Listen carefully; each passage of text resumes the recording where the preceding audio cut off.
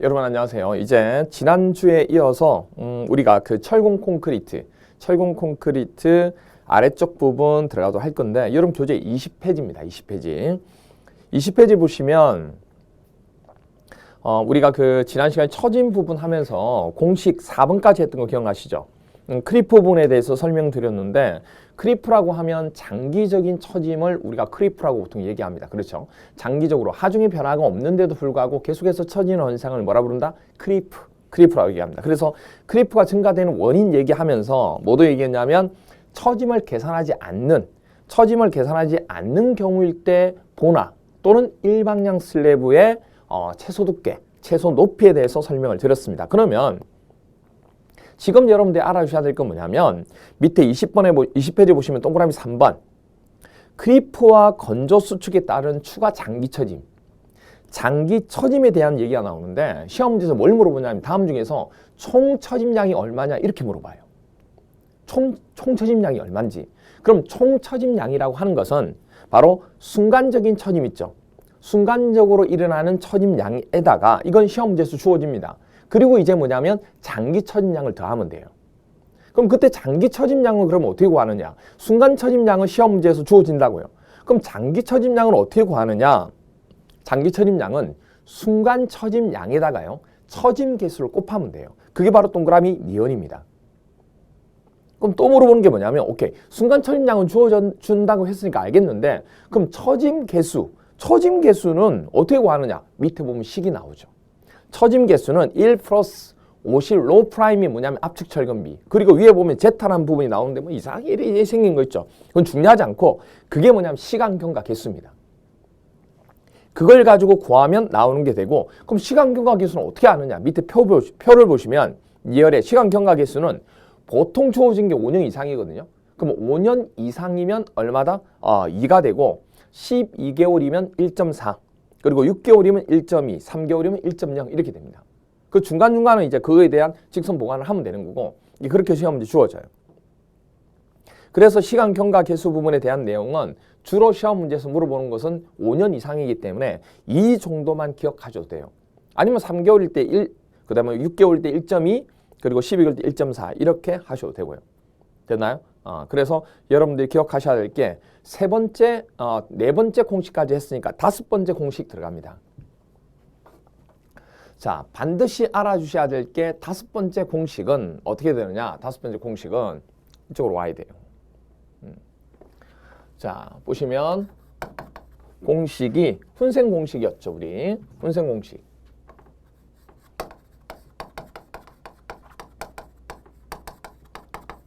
훈생 공식 5번째. 총 처짐량.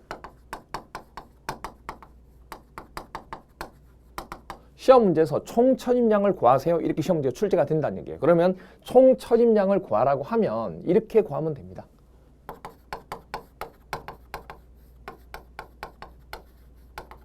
총 처짐량은 무슨 양에다가? 그렇죠. 순간 처짐량에다가.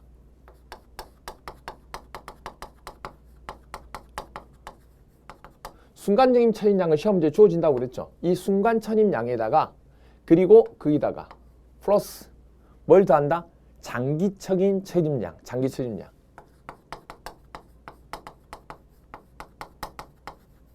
이걸 곱하면 돼요. 더하면 돼요. 그러면 이 장기 처짐량은 그러면 어떻게 구하느냐? 이 장기 처짐량은 이렇게 구합니다. 장기 처짐량은 어떻게 구하느냐? 장기 처짐량은 순간 처짐량에다가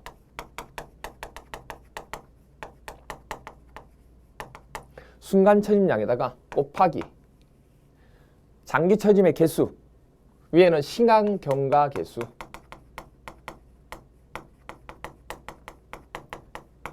시간 경과 개수를 위에다 두고 밑에는 뭐죠? 밑에는 그렇죠. 1 플러스 로우 프라임 이렇게 됩니다. 그래서 우리가 지금 주어진 부분 중에서 나와 있는 것 중에 하나가 이렇게 50 로우 프라임. 그냥 로우 프라임이 아니고 50 로우 프라임 이렇게 되죠. 그래서 지금 나와 있는 것 중에 하나가 지금 나와 있는 공식 부분 있죠. 우리 책에 보시면 20페이지 나와 있는 거. 그 부분을 정리를 지금 해드린 겁니다. 아시겠죠? 그래서 여기서 그러면 여기서 얘기하는 로 프라임은 뭐가 된다? 압축 철건비. 그럼 시험 문제에서 압축 철건비가 주어질 수도 있고 안 주어질 수도 있죠. 그렇죠? 이게 압축 철건비가 됩니다. 시험 문제 압축 철건비가 만약에 안 주어졌다. 그러면 뭐죠? 이건 제로가 되는 거. 압축 철건비가 안 주어진 걸 그림을 통해서 알 수 있습니까? 있죠. 압축 철건비는 뭐냐면 여러분들 이렇게 보가 있으면 보에서 밑에 철건이 들어가면 이건 인장 철건. 위에 철건이 이렇게 들어갔다. 이게 압축 철건. 그럼 위에 철건이 없이 인장 측에만 철건이 있으면 압축 철건비가 제로가 되는 거예요. 그리고 이건 우리가 뭐라 하냐면 위에도 만약에 철건이 있고 밑에도 철건이 있으면 위아래 다 들어갔기 때문에 복철건보.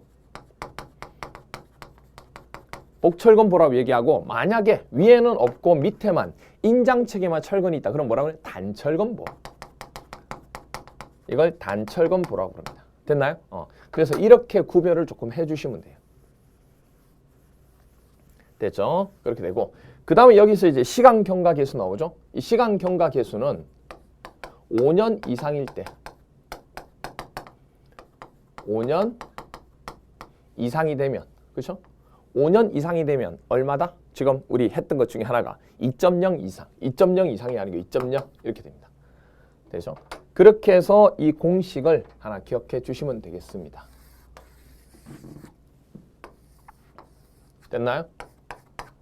그래서 훈생 공식 5번째가 총 처집량인데 총 처집량을 구하세요 하고 물어보면 순간 처집량에다가 플러스 장기 처집량을 하면 되고 그 장기 처집량은 순간 처집량에다가 시간 경과 개수에다가 1 플러스 로 프라임 그렇죠?를 나눈 값을 곱하면 장기 처집량이 된다는 거. 됐나요? 이거 하나 기억해 주세요. 이게 바로 훈생 공식 몇 번? 5번입니다. 공식만 잘 정리하고 문제를 정리해 놓으시면 그걸로 퍼펙트 끝나는 겁니다. 아시겠죠? 자, 그래서 우리가 20페이지에서 공식 5번까지 설명을 드렸고 그 다음에 이제 밑에 보시면 나와 있는 것 중에 하나가 바로 뭐냐면 동그라미 4번. 4번에 보시면 시간 우리가 경과기수 밑에 보시면 장기 처짐 효과를 고려한 전체 처짐에 대한 뭐죠? 한계값을 주어진 거예요. 다음 값 이하로 한다. 그래서 각각의 부재 형태에 따라서 처짐의 한계값이 정해져 있기 때문에 이거는 여러분들이 외울 수밖에 없습니다. 뭐 이하고 자시고 할 게 아니고 이거는 이 자체를 가지고 시험 문제에서 이게 처짐 한계가 얼마냐 이렇게 물어봐요. 여기 나와 있는 부재 형태를 주어지고 그리고 이것에 대한 처짐 한계는 얼마냐 이렇게 물어본다고요. 그러니까 이거 자체는 외울 수밖에 없어요. 그래서 부재 형태가 만약에 과도한 처짐에 의해서 손상되기 쉬운 비구조 요소 있죠. 비구조 요소를 지지 또는 부착하지 않은 맨 위쪽 부분, 옥상 부분, 평지붕 구조에 만약에 활화중이 올라가 있다. 그때 활화중을 올렸을 때 순간적인 처짐이 일어날 수 있잖아요. 그 처짐의 한계값은 얼마냐 그 얘기예요. 그 한계값은 180분의 L이 됩니다. L은 부재의 길이. 그렇죠? 경관 길이. 이렇게 됩니다. 그리고 밑에 보니까 과도한 처짐에 의해서 만약에 손상되지 않는 비구조 요소 위하고 똑같죠. 그런데 이걸 지지 또는 부착하지 않는 것까지 똑같은데 위에는 옥상을 얘기한 거고 지붕을 얘기한 거고 밑에는 그 지붕 밑에 있는 각 층의 바닥을 얘기한 거예요. 그 바닥 구조에 만약에 똑같이 활화중이 올라갔을 때 순간적인 처짐의 한계는 얼마냐 그 얘기예요. 얼마 된다? 360분의 1. 즉 약 얼마 돼? 2배가 되죠. 2배가 아니고 반이 되죠. 2분의 1을 곱하는 거니까. 그래서 반 정도 더 위험할 수 있다 그 얘기예요. 그래서 처짐값을 더 엄격하게 제한한 거죠. 밑에 숫자가 분모 숫자가 클수록 더 작은 건 아시죠? 이거는. 네. 그래서 360분의 L이 되고 그 다음에 이제 21페이지 보시면 과도한 처짐에 의해서 손상되기 쉬운 비구조 요소를 뭐죠? 지지 또는 부착한 앞부분에서는 우리가 비구조 요소를 부착하지 않는 지지 또는 부착하지 않는 거였고 지금 21페이지에 나온 거는 뭐죠? 그렇죠. 과도한 처짐에 의해서 손상되기 쉬운 비구조 요소를 지지 또는 부착한 경우입니다. 부착한 경우에 지붕이든 바닥 구조든 상관없이 고려해야 될 처짐이 뭐냐면 전체 처짐 중에서 비구조 요소가 부착된 후에 발생하는 처짐 부분 그렇죠? 그 처짐 부분 그 처짐 부분을 얘기하는 겁니다. 그렇죠? 그 처짐 부분에 대한 것은 어떻게 되느냐 나와 있는 부분이 처짐 한계값이 얼마죠? 480분의 L이 됩니다. 됐죠? 그렇게 보시면 되고 그 다음에 나와 있는 밑에는 과도한 처짐에 의해서 손상될 염려가 없는, 이건 손상될 염려가 없대요.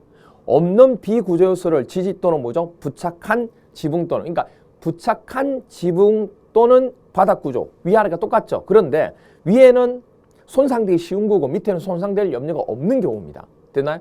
그럼 손상되기 쉬운 거는 위험할 수 있으니까 480분의 L로 제한을 주지만, 만약에 과도한 처짐에 손상될 염려가 없으면 이거보다도 더 완화시키도 되죠. 그럼 곱하기 2를 하는 거예요. 곱하기 2를 하니까 얼마죠? 240분의 L이 되는 겁니다. 됐나요? 그렇게 됩니다. 그렇게 하나 봐주시면 되겠습니다. 에듀윌 유료 회원만의 특별한 서비스.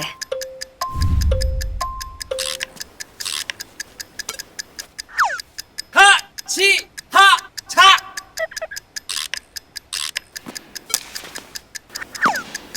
하치하차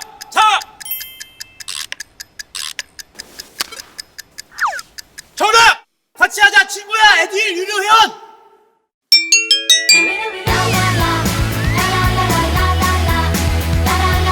친구 소개하고 현금 받는 혜택. 오직 에듀윌 유료 회원에게만. 에듀윌.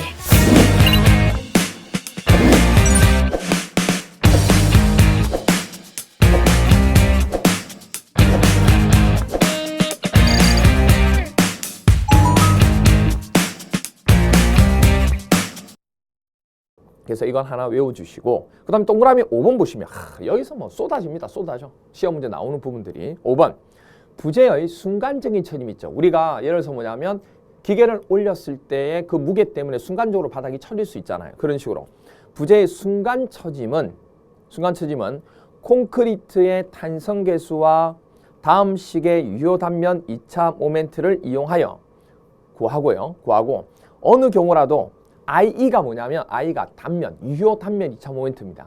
그리고 IG는 뭐냐면 전체 단면 2차 모멘트. 그러니까 전체 단면 2차 모멘트하고 이게 차이점이 뭐냐면 이 부분은 이렇게 돼요. 자, 보세요. 이걸 외우고 하는 부분은 아닌데 여러분들 보셔야 될 것 중에 하나가 뭐냐면 이거예요. IE가 있고 IG가 있는데 이게 무슨 뜻이냐면 이런 사각형 부분이 있는데 이 사각형에서 인장 측에 철근이 들어간다고 얘기했잖아요. 그러면 여기서부터 여기까지고 보폭 B가 되는 거고, 그 다음에 여기서부터 콘크리트 압축 연단 위에서부터 철근의 도심까지, 도형의 중심 여기까지를 D라고 합니다. 이게 그러면 밑에 있는 아래쪽 부분은 균열이 가기 때문에 유효한 단면이 안 돼요. 그럼 실질적인 유효한 단면은 여기까지, 어디까지? 여기까지. 여기 부분만 유효한 단면이 돼요. 그럼 이걸 가지고 구한 단면 2차 모멘트를 우리는 유효 단면 2차 모멘트를 하는 거예요. 그런데 전체 단면 2차 모멘트는 뭐냐? 그럼 도대체 뭐냐면 이 균열 부분이 안 생긴다고 보고 전체 단면을 H로 본 거죠. 그러니까 D가 H가 되는 거예요. 이 전체를 보고 구한 겁니다. 이걸 우리는 뭐가 된다? IG라고 한다는 얘기예요. 그럼 당연히 상식적으로 생각해 보세요. 상식적으로 생각하면 누가 더 커요? 이게 크죠. 이 값이 이거보다 클 수가 없다고요. 무슨 말인가? 그 얘기를 지금 하는 거예요. 그 얘기를. 어려운 거 아니에요. 개념만 이해하시면 돼요. 그렇죠? 그러니까 G가 전체. E는 유효고. 됐나요? 그 차이점만 기억하시면 되는 거예요. 옆에 있는 공식만 나오면 필요 없어요. 그 공식 외우는 거 아니에요. 그냥 이 개념만 기억하시면 돼요. 됐나요? 네. 그래서 이제 밑에 박스가 하나 나오고 그 박스 공식 나오는데 그 공식 외우는 거 아니에요. 절대 외우는 거 아니에요. 밑에 보시면 여기서 나오죠. 여기서가 중요합니다. 여기서 균열 모멘트는 MCR은 Y분의 FR의 IG라는 게 나오죠. 이거. 그리고 거기서 FR이 파괴 개수인데 파괴 개수는 0.63의 뭐죠? 루트 FCK라고 돼 있죠. 뭐 앞에다가 경량 개수도 포함을 시켜도 그게 상관이 없죠. 우리가 이렇게 돼요. 그러면 이거를 우리가 또 공식화 시켜야 되니까 이게 공식 몇 번이 되냐면 6번이 됩니다. 우리 공식 5번까지 했으니까 공식 6번 이렇게 보죠.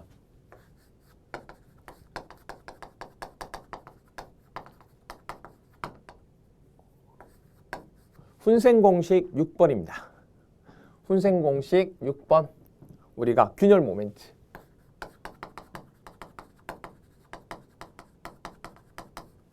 혼생 공식 6번 균열 모멘트가 됩니다. 균열 모멘트. 균열 모멘트는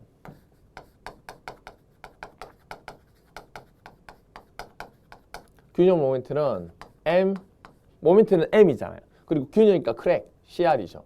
균열 모멘트는 무엇에다가 그렇죠. 파괴 개수라고 하는 FR이 있습니다. FR, 파괴 개수입니다. 여기다가 조금 원래는 책에는 지금 보시면 붙어 있는데 이걸 분리를 한번 시켜봤어요. 여기다가 뭐죠? 전체 단면 2차 모멘트죠.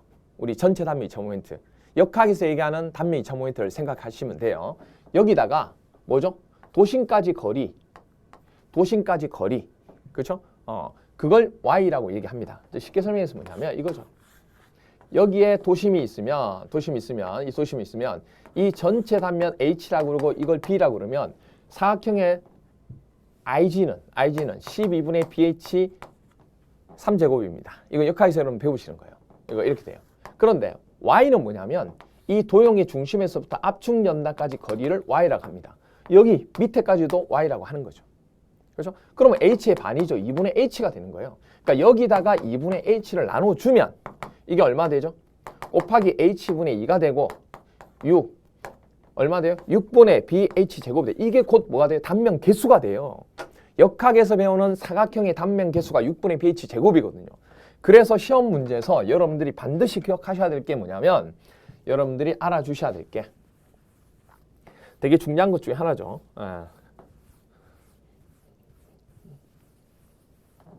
알아주셔야 될 것 중에 하나가 여기 파괴 개수 있죠.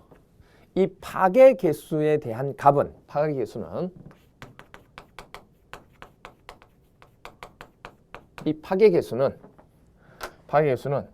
어떻게 되느냐? 파괴 개수는 0.63에 0. 람다. 책에는 람다 부분 보통 생략하기도 하는데 보통 집어넣는 게 좋죠.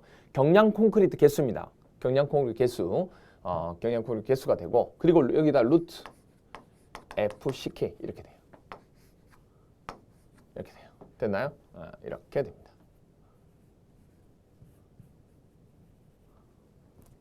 이런 식으로. 됐나요? 그래서 파괴 개수라고 하는 것은 파괴 개수는 0.63의 람다 루트 FCK.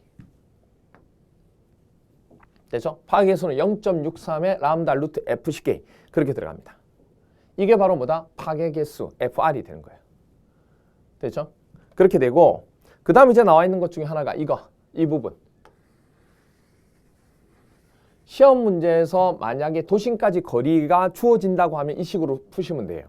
근데 만약에 도심까지 거리가 안 주어지고 보의 폭과 H만 주어지는 경우가 있어요. 그러면 이거는 바로 여러분들이 뭐라 하면 된다? 단면 개수하고 똑같습니다. 이게 단면 개수예요. 그럼 단면 개수는 사각형일 때 얼마다? 6분의 BH 제곱으로 하면 끝입니다. 끝. 됐나요? 이렇게 보시면 돼요. 그래서 혼생 공식 6번째 균열 모멘트는 FR 곱하기 YT분의 IG 이렇게 됩니다. FR은 파괴 개수가 되고 0.63 람다 루트 FCK로 구하시면 되고요. 그 다음에 Y분의 IG는 Y는 도심까지 거리, 도형의 중심에서부터 그리고 IG는 단면차 모멘트. 그리고 이거를 단면 개수로 구해도 된다고요. 그래서 6분의 BH 제곱으로 구하셔도 됩니다. 됐죠? 이게 혼생 공식. 이게 혼생 공식 6번째가 됩니다. 됐나요? 이렇게 하나 봐주시면 됐죠. 여기에서 20페이지하고 21페이지에서 뭐 쏟아지죠. 공식 자체가 되게 중요하죠. 그렇게 보시면 되고 그 다음 이제 나온 게 균열에 대한 종류입니다. 균열 종류. 균열 종류는 경화 전 균열이 있고 경화 후 균열이 있고 이렇게 있는데 그러면 그게 중요하잖아요. 중요한 건 뭐냐면 밑에 보시면 균열폭에 영향을 미치는 요인 이걸 알아주셔야 됩니다. 예, 여러분들이 항상 제가 누누이 강조하는 게 뭐냐면 기사 시험은요. 기사든 산업기사 시험에서 자격증 시험을 책을 이렇게 두꺼운 거 가지고 공부하시면 안 돼요. 예? 이렇게 두꺼운 거 공부하시면 안 된다고. 아니 기사 시험을 무슨 책을 이렇게 두꺼운 걸 가지고 공부해요. 무슨 말 이해가 돼요? 기사 시험은 60점 이상이면 합격이에요, 여러분. 그리고 구조는 과락이 많이 나오는 과목이라서 과락 이상만 넘으시면 돼요. 근데 그걸 뭐죠? 이렇게 두꺼운 책 가지고 공부하신 분들이 있어요. 그렇게 공부하는 경우는 언제냐면 공무원 준비하시는 분들. 그거는 상대평가가 되기 때문에 그렇게 준비해야 돼요. 그런데 이거 기사시험은 그거 아니에요. 무슨 사법고시 공부하는 것도 아니고 여러분들 단시간에 합격하는 전략을 가지고 보셔야 되죠. 그럼 내용 자체를 어떻게 하는지 뭐죠? 줄여야 돼요. 내용을 줄여야 된다고. 그러니까 설명은 길어져야죠. 왜 이게 되고 이렇게 되는지 설명은 길어져야 되지만 내용 자체는 작아야 된다고요. 내용 자체는. 내용 자체가 많으면 기사시험은 절대 안 돼요. 무슨 말이세요? 그래서 딱 임팩트하게 그리고 컴팩트하게 딱 정리가 돼야 된다고. 아시겠죠? 그렇게 됩니다. 균열폭에 영향을 미치는 요인이 뭐냐면 균열폭 영향을 미치는다. 균열이 안 생기도록 하는 게 아니고 균열이 생겼다고요. 균열이 생겼는데 이 균열의 폭을 크게 하느냐 작게 하느냐 그 얘기를 하는 거예요. 그 얘기를 하는 겁니다. 그거에 대해서 영향을 미친 요인을 지금 얘기하는 거예요. 그래서 이건 개념을 잘 이해를 하셔야 돼요. 암기를 하는 게 아니고 이 내용은 뭐 하셔야 된다고요? 개념을 이해를 하셔야 된다고. 개념 이해를 하셔야 됩니다. 개념 이해를. 그럼 개념 이해를 어떻게 하느냐면 이건 이렇게 보셔야 돼요. 자, 보세요. 부재가 있는데 부재를 이렇게 단면을 잘랐어요. 이게 표면이고 이 표면 밑에 철근이 이렇게 있겠죠. 그런데 이 표면이 그러니까 이렇게 표면이 이렇게 있는 거예요. 그러면 이 표면에 뭐가 간 거예요? 금이 간 거예요. 이렇게 균일이 간 거라고. 그러면 이게 균열의 뭐죠? 폭이죠. 이렇게 균열이 가면 이게 균열 폭이잖아요. 그리고 이건 균열의 깊이입니다. 그런데 여러분들 아셔야 될 게 폭이 커지면 보통 깊이도 깊어지죠. 수박 여러분들 자를 때 딱 잡고 이렇게 벌려보세요. 벌리면 벌린 것만큼 깊어지잖아요. 그래서 폭이 클수록 깊이가 깊어진다고요. 그럼 깊이가 깊어지면 폭도 크구나 이렇게 생각하시면 된다고요. 되나? 그러면 이게 이제 균열 폭이 되는데 처음에 여러분들 기억하셔야 될 게 뭐냐면 이거부터 기억하셔야 돼요. 에듀윌 유료 회원만의 남다른 서비스.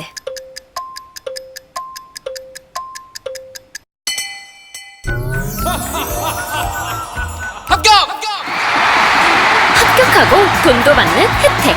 오직 에듀윌 유료 회원에게만. 에듀윌. 우리도 합격!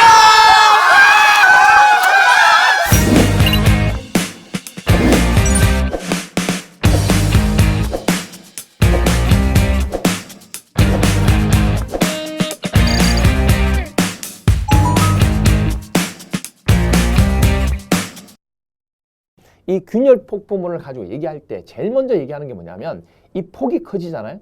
그럼 깊이가 깊어지죠. 그러다가 한번 균열이 간 것은 멈출 수 있다 없다? 없다. 여러분이 한번 공박이로 발동 걸리면 못 잡아요. 잡을 수가 없다고요. 무슨 말이세요? 그러면 이 균열폭이 이렇게 커지는데 균열이 깊이가 깊어지겠죠. 그러다 언제 멈추냐면 이거 철근.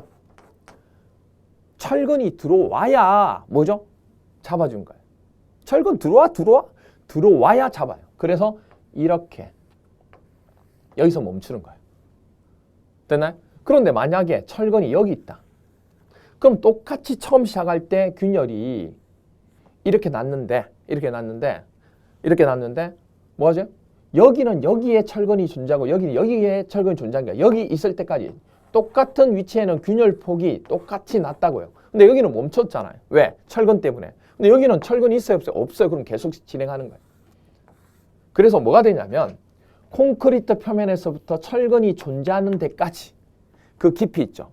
그 깊이가 크면 클수록 균열폭도 뭐 했죠? 커지잖아요. 비례해 반비례? 비례죠. 그럼 철근이 적은 것보다는 철근이 많을수록 균열폭을 잡을 수 있는 거 맞나요? 그럼요. 잡을 수 있는 거죠. 그래서 21페이지에 밑에 보시면 동그라미 4번부터 먼저 한 거예요. 우리가 콘크리트 표면에서부터 철근까지의 그 두께를 피복 두께라 하잖아요. 이 피복 두께가 두꺼울수록 균열폭도 커지는 거예요. 지금 그 얘기입니다. 그래서 동그라미 4번은 콘크리트의 피복 두께 뭐한다? 비례한다. 피복 두께가 크면 클수록. 저 정확하게 얘기하면 콘크리트 표면에서부터 철근까지 거리예요. 그 깊이가 크면 클수록 그죠? 균열폭도 커진다. 그렇게 되는 거예요. 비례한다. 됐죠? 그렇게 되고 됐죠? 그렇게 됩니다. 그걸 기억하시고 그리고 또 하나가 뭐냐면 아까 얘기했죠. 뭐가 있으면 철근이 많으면 많을수록 균열폭을 잡을 수 있다. 그래서 동그라미 2번 보세요. 2번에 보시면 맨 끝에 철근 비에 반비례한다. 철근이 많으면 많을수록 균일폭은 줄어드는 거예요. 철근이 적으면 적을수록 균일이 많이 생기는 거예요. 균일폭이. 그 얘기예요. 그럼 철근 양, 철근 비에 뭐 하죠? 반비례하는 거죠. 됐나요? 이렇게 돼요. 자, 근데 이제요. 이거 보죠. 철근이 존재하는 위치가 똑같아요. 똑같다는 얘기 뭐예요? 피복 두께가 똑같다는 얘기예요. 그럼 균열폭이 똑같이 생겼겠죠. 이렇게. 똑같아요, 지금. 근데 이제 뭐가 다르냐면 이제부터가 이제 중요합니다. 이제부터가. 뭐가 다르냐면 자, 여기에 콘크리트가 이렇게 있잖아요. 여기에 콘크리트가 있는데 콘크리트가 철근을 잡고 있죠. 누가 누굴 잡아요? 부착력하면서 얘기했잖아요. 누가 누굴 잡아요? 도둑이 경찰을 잡아요? 아니요. 누가 누굴 잡아요? 경찰이 도둑을 잡아요. 다시요. 누가 누굴 잡아요? 도둑이 경찰을 잡는 거 아니라 노노. 누가요? 경찰이 도둑을 잡아요. 도둑이 경찰을 잡는 게 아니라고요? 노노. 누구요? 경찰이 도둑을 잡는다고요. 무슨 말이 이해가 돼? 그러면 경찰이 도둑을 잡듯이 누가 누굴 잡냐면 콘크리트가 철근을 잡고 있어요. 철근이 콘크리트 잡는 거 노노 아니에요. 누가 누굴 잡아요? 콘크리트가 철근을 잡아요. 됐나요? 콘크리트가 철근을 잡고 있다고. 그럼 콘크리트가 철근을 잡고 있으면 누가 커야 돼요? 그럼요. 콘크리트가 커야죠. 철근이 크면 콘크리트가 못 잡아요. 그럼 어떻게 되는지 아세요? 지금 콘크리트가 철근을 잡고 있는데 콘크리트가 힘이 커야 이게 벌어지지가 않아요. 그런데 철근이 힘이 크면 이거 잡고 있다가 아휴 힘들어 죽겠네. 못 잡겠다. 벌어지는 거예요. 잡는 힘이 있어야 그게 부착력이잖아요. 잡는 힘이 있어야 이게 더 이상 안 돼요. 이게 여기까지 왔다고. 여기까지 왔는데 이게 여기를 뚫고 지나갈 수 있어요? 없어요? 없어요. 어떻게 균열이 철근을. 그런 뉴스 보셨어요? 단독 속보입니다. 큰일 났습니다. 균열이 철근을 뚫고 지나갔습니다. 그런 게 어디 있어요? 균열이 철근을 뭐죠? 쪼갰습니다. 뭐예요 그게? 불가능해요. 무슨 얘기냐면 이걸 뚫고 지나갈 수 없기 때문에 이게 일로 벌어진다고요. 잡고 있는 걸 이렇게 벌린다고 이렇게. 이게 이런 식으로 벌어지게 된다고요. 그 벌어진 걸 잡고 있는 건 녀석은. 그 벌어진 걸 잡고 있는 녀석은 누구예요? 여기 주위에 부착력이라고요. 여기 주위에 누구라고요? 부착력이라고요. 부착력이 크면 균열폭도 최소가 돼요. 근데 부착력이 떨어지면 벌어지는 거예요. 균열폭이 커지는 거예요. 무슨 말이 이해가 돼요? 그래서 이걸 잡고 있잖아요. 이렇게 잡고 있잖아요. 잡고 있으면 위에서 힘을 주면 이게 이렇게 벌어집니다. 이렇게 벌어져요. 이렇게 벌어지려고 할 때 그 벌어지는 것 중에 하나가 바로 뭐냐면 아까 얘기했죠. 철근의 강도가 작고 콘크리트의 힘이 크면 안 벌어져요. 그럼 반대로 철근의 강도가 크면 클수록 콘크리트가 못 잡죠. 그럼 벌어져요. 균열폭이 커집니다. 아, 철근의 강도가 크면 클수록 균열폭도 커지는구나. 그래서 동그라미 2번 보시면 철근의 강도, 즉 철근의 응력과 철근 지름. 또 지름이 뭐죠? 되게 지름이 크면 콘크리트가 잡기가 쉽지 않죠. 벌어져요. 작은 건 딱 잡으면 돼요. 근데 큰 건 못 잡아요. 벌어져요. 그래서 기본적으로 뭐냐면 철근의 강도, 즉 철근의 응력과 철근 지름이 크면 클수록 균열폭도 커지는 거예요. 못 잡으니까. 그게 비례한다. 이런 말을 쓰는 거예요. 무슨 말 이해가 돼요? 그 얘기예요. 그 얘기를 하고 있습니다. 잘 기억하셔야 돼요. 됐나요? 그 개념이 되는 겁니다. 또 하나가 뭐냐면 여기가 이형 철근이고 여기가 원형 철근이에요. 누가 부착력이 좋아요? 이형 철근이 좋죠. 그러니까 원형 철근은 벌어지는 거예요. 그래서 동그라미 1번 이형 철근을 사용하면 할수록 균열폭을 최소로 할 수 있다는 얘기예요. 무슨 말인지 이해가 돼요? 그 얘기를 지금 하는 겁니다. 됐죠? 그리고 또 하나가 뭐냐면 또 하나가 동그라미 5번에 지름이 가는 이형 철근을 뭐 할수록 여러 개 사용할수록 균열폭을 뭐 할 수 있다? 최소로 할 수 있다. 그 얘기죠. 지름이 가는 철근을 여러 개 사용할수록 지름이 가는 철근을 여러 개 사용할수록 우리가 그렇게 할 수 있다. 그 얘기를 하고 있는데 기억하셔야 될 것 중에 하나가 뭐냐면 이 얘기가 아까도 얘기했지만은 가는 철근을 콘크리트가 잡기가 훨씬 좋죠. 굵은 거 잡기가 어렵다 그랬죠. 그러면 가는 철근을 여러 개 배치하는 게 굵은 철근 몇 개 하는 것보다 훨씬 좋다는 얘기예요. 아까 부착력, 우리 지난 시간에 부착력 하면서 얘기했어요. 그 얘기를 지금 하고 있는 겁니다. 그 다음 또 하나가 바로 뭐냐면 또 하나가 얘기를 하는 게 동그라미 3번인데 여러분 보세요. 계속 얘기했지만 이런 보가 있어요. 이런 보가 있어요. 위에서부터 하중이 작용하죠. 하중이 작용하면 이게 이렇게 휘어지죠. 휘어지면 위에가 압축, 밑에가 인장인 거 맞나요? 그럼 콘크리트, 이게 콘크리트잖아요. 콘크리트는 무엇에 강해요? 압축에 강하죠. 콘크리트는 압축에 강하다고요. 무엇에 약해요? 인장에 약해요. 그럼 위에서부터 하중이 가주면 어느 쪽은 압축은 견디지만 인장 쪽은 못 견뎌서 벌어지고 난리가 나니까 균열이 가기 시작한다고요. 그럼 이 균열이 갈 때 그 균열을 막아주신 녀석이 누구라고요? 철근이라고요. 그래서 철근을 압축 측보다는 어디? 인장 측에, 압축 측보다는 어디? 인장 측에 많이 배치할수록 균열 폭을 뭐 할 수 있다? 최소로 할 수 있다는 얘기예요. 무슨 말인지 이해가 돼요? 압축보다도 인장 부분에 철근을 배치할수록 균열 폭을 뭐죠? 최소로 할 수 있다는 얘기예요. 그 얘기를 지금 하고 있는 겁니다. 되나요? 이 개념을 얘기하는 겁니다. 그래서 이거는 개념 자체를 잘 이해를 조금 해 주셔야 돼요. 그리고 22페이지 보시면 허용 균열폭이라는 게 나오는데 그 허용 균열폭은 동그라미 1번이든 동그라미 2번이든 특별히 수밀성을 요구하는 구조 또는 적절한 방법으로 균열에 대한 검토를 해야 되고 이 경우 소요 수밀성을 갖도록 하기 위한 허용 균열폭을 설정해서 검토할 수 있다. 이 설계 기준의 모든 규정을 만족하는 경우에 최대 균열폭은 얼마? 0.3이라고 돼 있어요.